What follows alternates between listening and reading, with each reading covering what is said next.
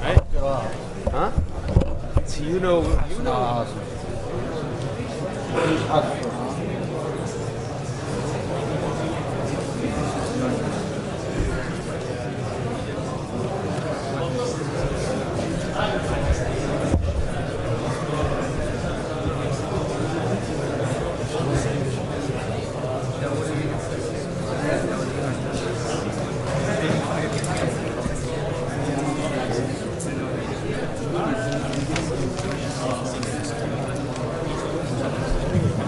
Test. Bismillah. Test. 1, 2. They don't know what I do.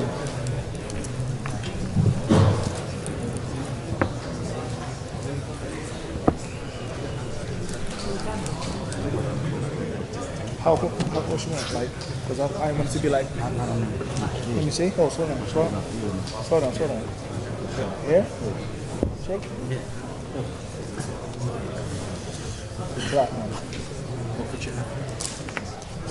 I'm doing my crazy lean, right? Crazy lean.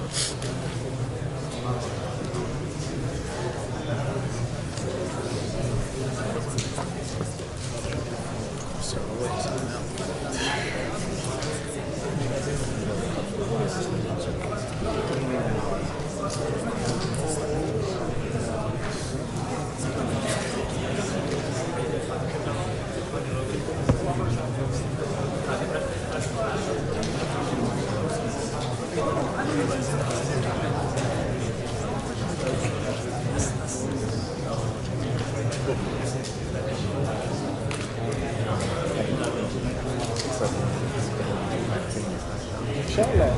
Yeah. I am too.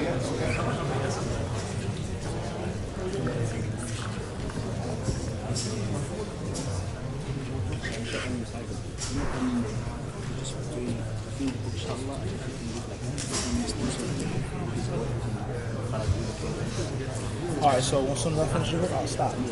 And I'll wait for you to just finish up. Abshake.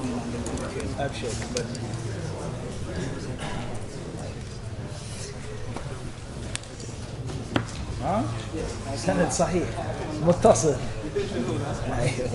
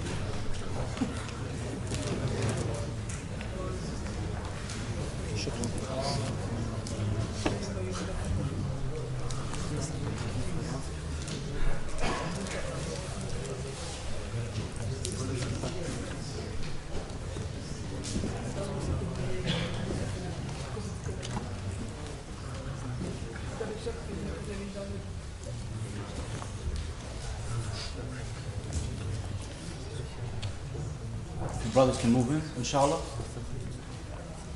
Everybody? Inshallah.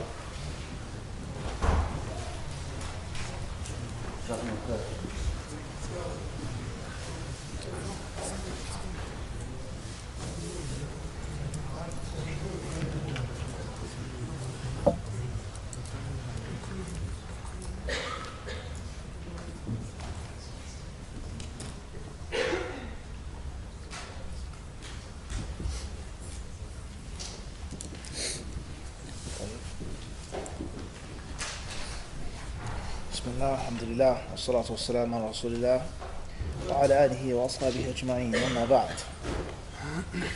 Sheikh Bakr rahimahullah ta'ala, he says here, I'm trying to finish before the Q&A, bidhnillahi azza wa jal, Al-Fasl al-Sadis, At-Tahalli bil-Amal.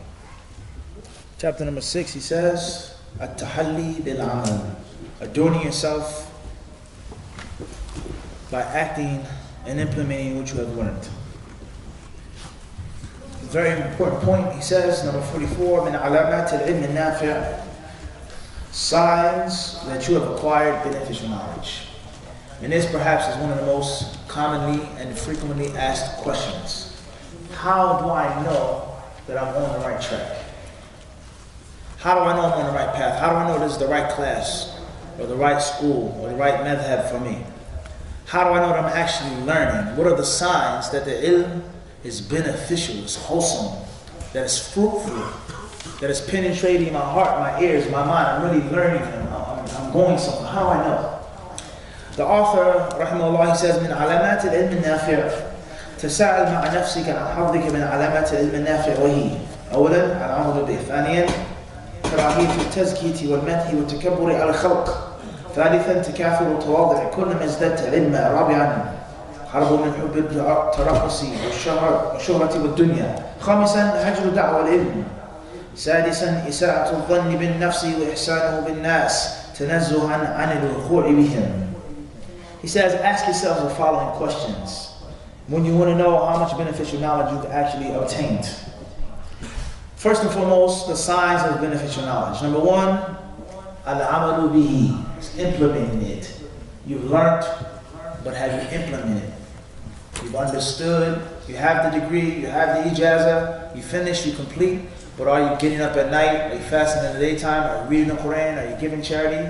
Are you paying zakat on your ilm, etc.? You have to show and prove that the knowledge was actually beneficial. And that is by you yourself becoming guided and you yourself guiding others. That's how you know when the knowledge is serious and it's for real. And the same applies to dawah groups, dawah organizations, YouTube, sheikhs, whatever the case may be. When you listen to this class, or you watch this video, or you sit in this workshop, or you accompany this person, you travel, how do you feel afterwards? Do you feel like a better Muslim? Do you feel cleaner spiritually? Do you feel you have more love for Allah Azza wa Jalla? Is your heart softer? Or do you feel the opposite? And this can only be answered by you. There's no Mufti in the dunya that can give this fatwa for you. This is a fatwa that only you can answer with yourself before you go to sleep at night. And when you wake up in the morning time, how do you feel? Closer to Allah or the opposite? How do you feel with regards to the Muslims? We have more compassion for them, sympathy for them, or the opposite, hard-heartedness against those who say, La ilaha illallah Muhammadur Rasulullah, regardless of the details, regardless of the specifics, but the general concept of Ahlul Qibla. We're understanding? So these are signs of who you should learn from and who you should not learn from. And I'm asked all the time, who should we study from? Who should we listen to? I never ever give the answer of specific names, because that only adds water to the grease fire. That's only adding more fuel to the inferno that's already burning. This one and that one, but the comprehensive signs prove who and where and how you should or shouldn't study. So that's the first sign of alamat al-ilm al-nafi', is that you're implementing it. And if you're not implementing it, then obviously he's saying that the knowledge isn't necessarily beneficial. Now, before I came, there was another book that I wanted to teach, and that was Fadl al-Ilm al-Salafi ala Ilm al-Khalaf of Ibn Rajab rahimahullah ta'ala. We've explained the book from cover to cover, walillahi alhamd, on the channel, but I wanted to make qira'at, yani muhtara, selected readings. And that's because Ibn Rajab rahimahullah ta'ala in the beginning of the book, he explains in Qisam al-Ilm that knowledge itself is divided into several categories. There's knowledge which is nafi'un fi nafsihi, and then there's knowledge which is darun fi nafsihi, which is harmful itself. Knowledge which itself is beneficial. And then obviously there's a fork in the road. There are those who benefit from that beneficial knowledge, and there are those who benefit not from that beneficial knowledge. And that's different here. Because you may actually have beneficial knowledge, but not implement it. The actual teaching is proper. The sheikh, the speaker, the da'i, whoever is teaching you, he's upon good. But you yourself didn't implement it. And it does not necessitate that knowledge wasn't beneficial. And then there's some type of knowledge or certain types of knowledge which itself is dar, ghayru nafi', is either isn't beneficial or it's harmful itself, nafsuhu, such as sihr, for example. Everyone understand this? There's a difference. So there may be a benefit in the ilm, but you may not benefit from it. As Allah Azza wa Jalla tells us about that servant that Ibn Kathir and others mentioned from the Israeliyat. His name was Bal'am. الذي آتيناه آياتنا فانسلخ منها. طيب خير إن شاء الله. Moving forward. Number 2. He says كراهية التزكية والمدح والتكبر على الخلق is hating to be praised and not liking to be praised and to be lauded and flattered. He says والمدح, people always clapping their hands and tooting your horn and celebrating you. If it happens and you dislike it, then it isn't a sign that you haven't learned to benefit, because it's going to happen. It's impossible for you to learn and to benefit and to study and to teach and the people not praise you. That's just how it is. It's going to be like that. But you yourself dispraise it and you don't like it yourself. Everyone understand this? And it does not mean that if someone praises you or gives you due respect or your worth or your value, that you yourself like it and love it. Everyone understand? That's a mistake. Taalib. Thirdly, he says, وَتَكَبُّرْ عَلَى الْخَلْقِ. This is not the third point, it's the same sentence. He says, تَكَبُّرْ is that you become so proud, so prideful. You become so full of yourself, and you're above everyone else, and everyone is beneath you and below you. That's a major problem that you have not learned. It's a sign that you haven't benefited from that knowledge. Number 3 is that whenever you learn something, you become more and more humble. More and more humble.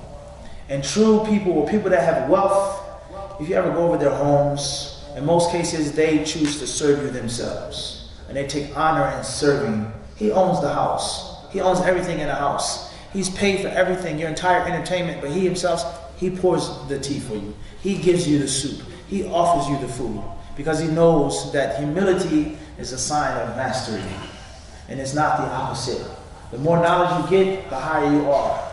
And the less you can do this, and the less you can be here, and the less you can help people out and deal with people and help people out loud. So from the most important signs that you truly learned and benefited is that you look at yourself as a servant for the people. I'm a servant for the people. And whatever benefit that I can give them, and I have the physical ability to do so, the door is open. Regardless of where you come from, what you look like, and regardless, most importantly, of what you can do for me. There are certain people who only give benefit. They'll only answer a question, they'll only help out, they'll only give extra time if they themselves bring something to the table. Or how you look, or where you come from, what can you do for me, or how can you hook me up? And that's incorrect for the student of knowledge. You are a servant of the deen, a servant of ilm, and a servant of the people. And the more you learn, the humbler you are. And the opposite is the opposite. The more ignorant you are, and the less you know, the more you talk and the more you think that you actually know. The next point, number 4, he says, running from authority, positions of authority, leadership. And as we have explained before in many books, this speech is not the speech of Allah nor the speech of His Messenger, alayhi salatu wasalam. Rather, the speech of Allah and His Messenger we understand. And there's general, there's specific, there's nasikh, mansukh, there's mujmal, mu'awwal, zahir, etc. Okay? So the Quran is to be understood. And the hadiths are to be understood. Let alone the statement of a scholar or a companion or a tabi. We explained this in many, many classes. And we don't just take everything absolute. Because if you run for leadership, it could be a good thing. But in another time or another place, it could be a bad thing. It could be cowardice. You run from leadership because you're afraid and scared. Or you may run from leadership and you leave the door open for someone who isn't qualified. You understand this? And that's worse now.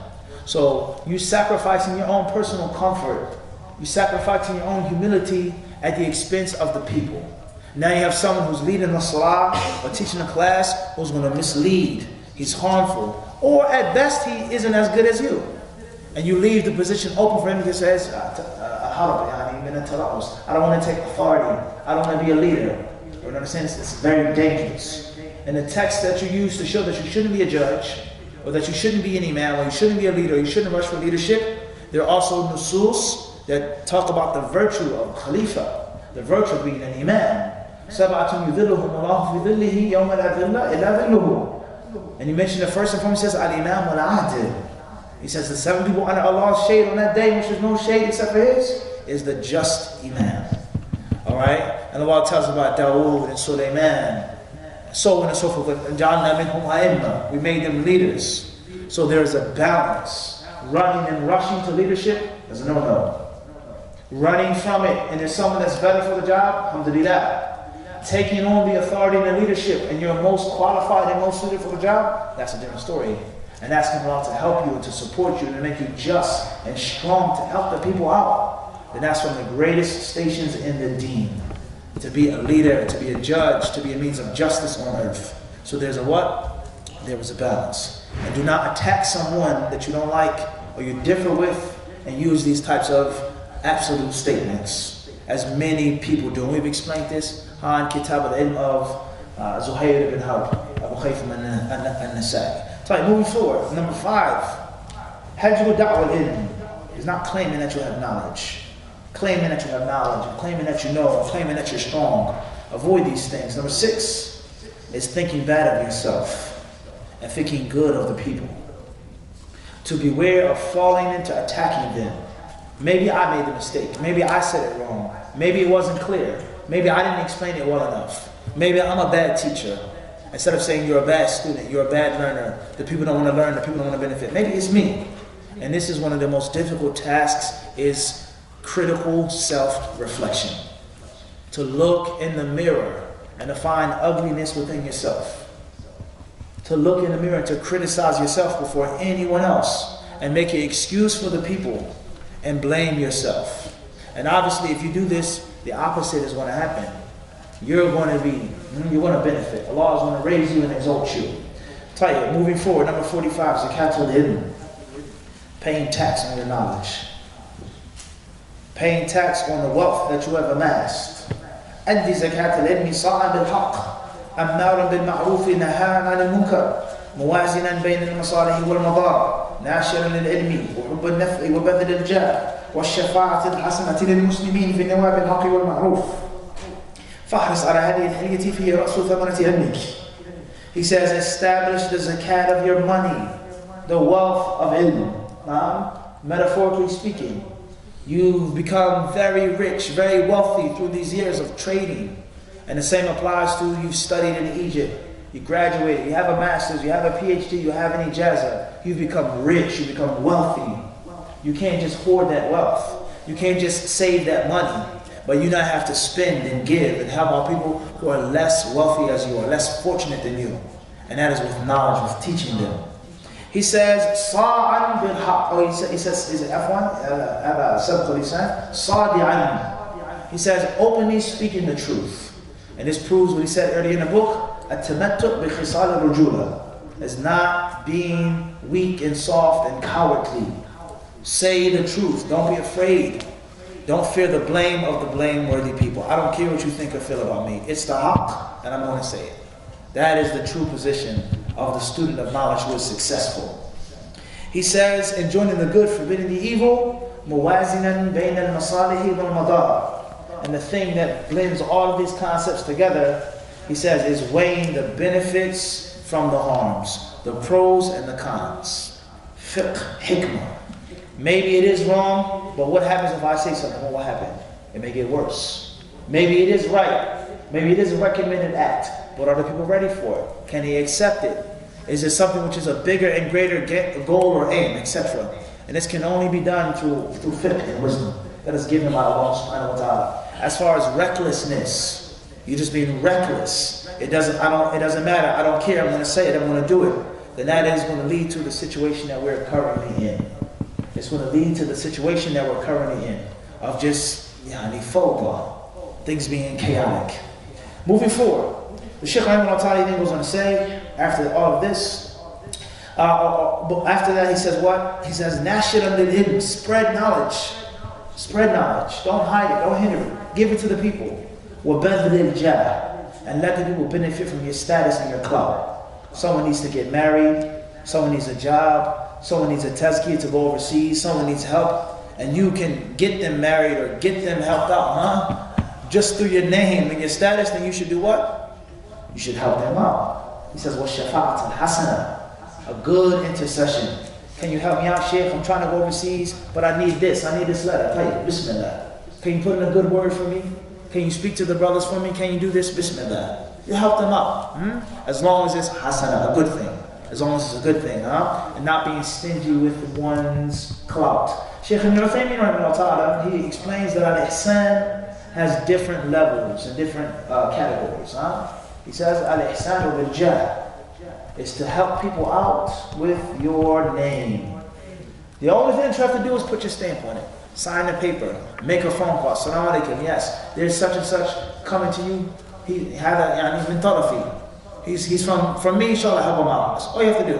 And anyone who's lived overseas, especially in the Gulf, especially in Saudi, he knows the power of al-ihsan bil-jah, shafa'a. You go to the office, the mudir says, la, it's not here, you can't do it, mamnu. You go to your teacher or your uncle or your neighbor or the person that you're teaching English, he makes a phone call, you go back to the office, he stands in and he signs your paper. But before it, there was no more, we can't give you the visa. You understand this? Through clout. So the same applies to a student of knowledge. Help the people out with your status that Allah Azza wa Jalla has given you. And do not be a punishment upon the people with the status that Allah has given you. Do not abuse people with the status that Allah has given you. Do not be a womanizer and abuse women and take advantage of helpless, miskeen sisters because of the status that Allah has given you. I saw you in a video, I saw you on YouTube. Can you take me on as your second or third wife? And you abuse the sister and you don't look after the sister. Just because of your what? Because of your status. That's wrong. And that's a very base thing to do. And don't ever forget, you have a mother. And you have sisters. And you have daughters. You have an aunt. And your little small daughter, your baby girl one day will be grown. And know for sure that in most cases you will reap what you sow. And some of the ulama, they have said that a zina daynun la bud min qada'i. They say that zina, fornication, and adultery is a debt that must be paid off. It has to be paid off. In other words, you violate someone's daughter, you sleep around, you commit zina, you mislead a young poor sister. They say in most cases it's going to what? The debt will be paid off through your daughter when she grows older. So just be mindful of that. Be what? Be mindful of that. And that's the wisdom of the Prophet ﷺ when a young boy said, "Idhanni bizina." He says, "Oh Messenger of Allah, allow me to make zina." And obviously the companions, they look towards him. "Ma lahu, ma. How dare you say something that's aib alayk?" Right? That's not what the Prophet said. The Prophet says, "Udnu, come close." And then he spoke to him. He says, "Atuhibbuhu li ummika?" He says, "Would you like someone to sleep with your mother like that?" He says, "La." Oh, of course not, O Messenger of Allah. "Ja'ni lahum fidak." May Allah make me your ransom if it came down to that. He says, وَلَلنَّاسُ يُحِبُّونَهُ لِأُمَّهَاتِهِمْ.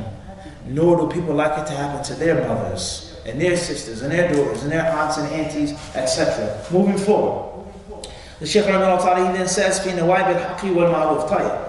Point number 46. عِزَّةُ الْعُلَمَاءِ التَّحَلِّ بِعِزَّةُ الْعُلَمَاءِ صِيَانَةُ الْعِلْمِ وَتَعْظِيمُهُ وحماية جناب عزه وشرفه بقدر ما تبذله في هذا يكون الكسب منه ومن العمل به وبقدر ما تهدره يكون الفوت وعليه فاحذر إلى آخر كلامه رحمه الله.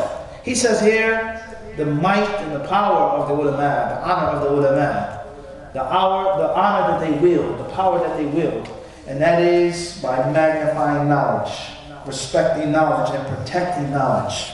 And not giving knowledge to someone who's undeserving. Not giving knowledge to someone who's unbefitting, unsuited. as it states in the famous narration of Isa ibn Maryam alayhi salam, and is mentioned in other athar as well. إِنَّ وَاضِعَ الْإِلْمِ عِنْدَ غَيْرِ أَهْلِهِ كَالْمُخَلِّدِ الْخَنَازِيرِ. He says that the one who puts knowledge in its improper place is like the one who places a pearl necklace around a swine, a pig. To take a gold necklace or a pearl necklace and to put it around the neck of a hog. And it states to this day, in the gospel it says what? Do not cast thy pearls among swine. Do not cast thy pearls among swine. Don't give knowledge to someone who's unbefitting of it. Don't put knowledge in a place in which people are not going to respect it. Do not make knowledge a laughing stock and a means of ridicule and humiliation. And the people who play with the people of knowledge and hold them on their finger like a ring of keys. We can remove, we can replace, we can lock you up, we can shut you up. It disrespected ilm. And we've mentioned this before. With regards to those who say and those who claim that someone is disrespecting the ulama, you're cursing the ulama, you're belittling the ulama, you're talking about the ulama, we say, no, you have done this. You have caused the people to lose the respect for the ulama. You've caused people to laugh at the ulama. You've caused the people to take the ulama as a joke. Because one day he's Shaykh al-Islam, alim, and the next day he's jahil, he's kadhab, he's a dajjal, he's ikhwani, he's keva. And then the next day another scholar comes to the UK and to America. And they praise him and he benefits and people love him. Then he's been refuted. He's no longer upon the haqq. He's been this and he's been that. Then the third, then the fourth, and the fifth. And in 20 years span, every single scholar that has visited your country and your masjid has been refuted. And he's ignorant, he's no longer upon the sunnah. What is that going to do to the layman Muslim after 20 years? How much respect are they going to have in their hearts for the ulama afterwards? They're going to say it's a joke. And that is exactly what has happened. So we say, you are those who have disrespected the ulama. And you have belittled them. You've caused the people to laugh at them and to say that it's a big game. There's no such thing. Everyone understand this? Moving forward. He then says, rahimahullah ta'ala, point number 47, siyanatul ilm. Protecting knowledge, maintaining knowledge. Similar to the previous point, point 48. Al-mudaratu lal-mudahana. Al-mudara lal-mudahana. He says it is to avoid without kissing up and sucking up. Al-mudara is one thing, and al-mudahana is another. Al-mudara is that you compromise for something worldly. And al-mudahana is that you compromise something religious for something worldly. I'll be quiet, I'll step to the side, I won't say anything, I'll let it go to achieve a religious goal. And mudahana is when we say boot kiss in America, I don't know what you call it here in the UK. Boot kissing is when a person compromises the deen to get something worldly. To get something worldly. Everyone understand the difference? That means you don't have to say something about everything. You don't have to speak about everything, you have to criticize everything. Sometimes someone may not give you the necessary respect. Or they may not give you the necessary worth that you're actually worth, the value that you deserve. But you suck it up, you compromise. You turn a blind eye sometimes for the bigger benefit, for the bigger maslahah. And al-mudahana is the opposite. This is the maslahah of the deen, but it's going to come in the way of gold and silver, pounds and dollars. You understand this? And you kiss up and you suck up to get these worldly material things. So the student of knowledge, he has to understand how to be smooth. He has to understand how to be fluid. He has to understand how to avoid clash and friction. What you say, how you say it, and what you don't say. And when you remain quiet. You have to understand how to move and how to operate. Everyone understand this? You have to understand these things. What did the Prophet ﷺ say? Said Ukasha beat you to it. And he never told the man no. He never said that you're a munafiq or you're undeserving. He said, Ukasha. Ukasha beat you to it. Khalas. Fihi isti'mal al-ma'alid. Indirect expressions, but not lying. And compromising something for your own personal gain for a religious gain. And there are many examples of this in the authentic sunnah. Number 49. Al-gharam bil-kutub. شرف العلم معلوم لعموم نفعه وشدة الحاجة إليه ولذا اشتد غرام الطلاب بالطلب والغرام بجمع الكتب مع الانتقاء. He says buying books, purchasing books, becoming greedy for books, and establishing one's library. Establishing one's library. Make sure that you select the proper books. You buy the proper books in order. And that's a lecture in itself, obviously. And that's a workshop in itself, obviously. Perhaps one day we can do that workshop on how to successfully and systematically establish one's library, how to maintain a library, how to buy books, what books not to buy. And this is one of the phenomena when you go overseas in Medina. You find brothers that don't want to buy books. You find brothers that buy a million books but they don't read them, they don't study them. You find people that buy any book. They don't care what's the print, who's the muhakkik, what's in it. But there's a balance and there's an art in buying books and purchasing books. There's an art in establishing your personal library. Moving forward, number 50. He says, قوام مكتبتك عليك بالكتب المنسوجة على طريقة الاستدلال والتفقه في علم الأحكام والغوص على أسرار المسائل ومن أجلها كتب ابن تيمية وابن القيم وابن عبد البر تمهيد وابن قدامة اللغة والذهبي وابن كثير وابن رجب وابن حجر والشوكاني إلى آخر كلامه رحمه الله تعالى. He says here, buying the books that are strong, buying the books that teach you the secrets, buying the books that unravel and open up the inner dimensions of knowledge. And not just buying any book. From them, obviously, he says, min ajalliha. He says one of the most precious of these books is the library of Ibn Taymiyyah. The library of Ibn Taymiyyah. And also the library of his disciple, Ibn Qayyim. This is why we always quote what? Ibn Qayyim. That's why we always quote what? Ibn Taymiyyah, class, lecture, faida. Because if you read the books of these two ulama, there lies no doubt. Many of the modern day scholars and those who came after them are doing nothing more than quoting them and summarizing them and simplifying what they said and established. Everyone understand this? Moving forward, he says, Ibn Abdul Barr, rahimahullah, Sharh al-Muwatta, At-Tamheed, one of the best books to have in your library. One of the greatest works on fiqh al-sunnah and fiqh al-hadith is At-Tamheed. He mentions many other books as well. Moving forward, point number 51. At-Ta'amul ma'al-kitab. How to benefit from one's book. How to benefit from your book. Can you pass me your book out there, please? Your book? Your book? No. How to benefit from books. So far, we mentioned the first step is to have what? Or to get what? Index. La, not an index. Book stamp. A personalized book stamp. And we said before that there are many wisdoms in getting a book stamp. The first wisdom is that it prevents the book from being stolen or taken from you or misplaced. And someone saying, no, it's my book. It's not your book. And we're like, this has happened before. Secondly, the book stamp, it gives you a deeper relationship and appreciation of your books. They're personalized, right? They're what? They're personalized. It's my name in the book. Everyone understand this? And we said the difference between a student of knowledge and a professional student of knowledge, a systematic student of knowledge, in which you look after every single small and minute detail because you are a connoisseur.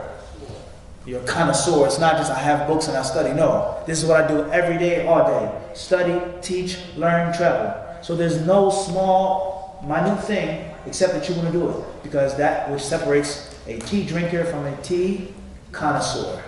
Everyone understand this? Meticulous detail. We were in a tea shop today, right? It's not the same as the supermarket, is it? The tea aisle.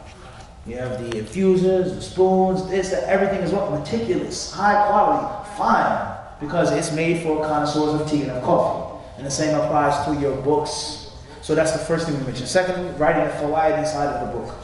Thirdly, make sure every book that you have, read the introduction to it. And read the table of contents. You may not have the time to read all 200 pages or 500 pages. But at least know the table of contents and at least read the introduction. And reading the introduction of the book can save you from many issues and many problems. And there are many questions that people ask. The answer is no other place than the introduction to the book. Everyone understand this? And there are many, many other, as they say, what? Nooks and crannies, right? Of dealing with one's books and dealing with one's library. Lending out books. Is it from the sunnah of the pious predecessors to give out books, to lend out books? Can you be stingy with your books? That's a very, very, very long discussion. And we've seen many things. And Allah knows best. I won't say my name, but there's been times which there have been brothers in Medina that have been in a bookstore, seen a precious book, a rare book, and they don't have enough money to buy the book, and they've hid the book and put it behind another book. You take a book from the Aqidah section, and you go to the, let's say, the cartoon section or the comic section. You hide it until you get enough money to buy that precious book.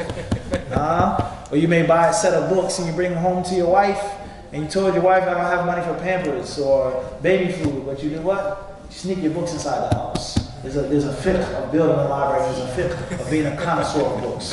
Everyone understand this? How to read books. What books are to be memorized. What books are to be perused through or just looked through. What books are books of references. What's the difference between a masdar and a marji'?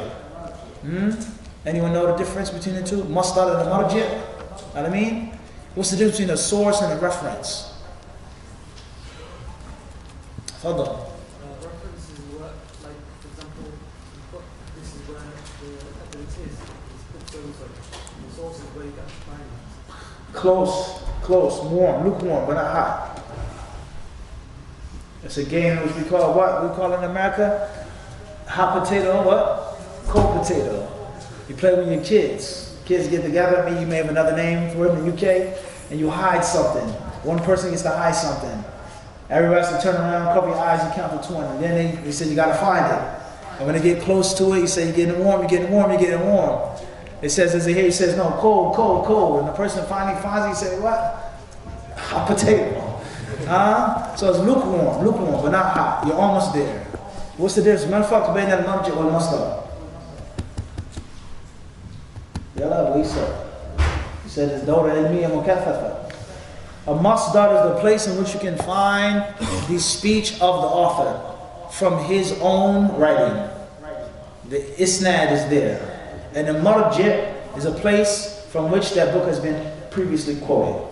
So let's make an example of this. Hadith, it says, La darara wa la dirar. Right? La darar wa la dirar. And you put in your paper or your khutbah, وَقَدْ أَخْرَجَ النَّوَوِيُّ فِي الْأَرْبَعِينَ مِنْ حَدِيثِ فُلَانَ فُلَانَ لَا ضَرَرَ وَلَا ضِرَارَ. You say collected by Nawawi, and it's 40. Nawawi's book is a masdar or a marji'. It's a marji', meaning it's a reference. Meaning Nawawi did not collect the hadith with the isnad. Or you quote Ibn Taymiyyah, rahimahullah, and you say, قال Ibn Taymiyyah, such and such, such and such. And you say Zad al-Ma'ad, Ibn Qayyim's book. That's a marji' or a masdar. It's a marji', it's a reference. The actual source of the book is the book that Ibn Taymiyyah what? Wrote. The actual book that collects the hadith, La darara wa la dirar, with the sanad, with the isnad, ila akhiri, etc. How to be a professional seeker of knowledge. And he says here, at-ta'amul ma'al kitab, how to benefit from a book. How was the book written? When was the book written? What is the style of the author? What's the madhab of the author? What's the tariqah of the author, etc. Learning how to benefit from books and not just being someone who has what? Books. Which actually know what you're talking about. I remember once in Allah, no more stories. Point 52.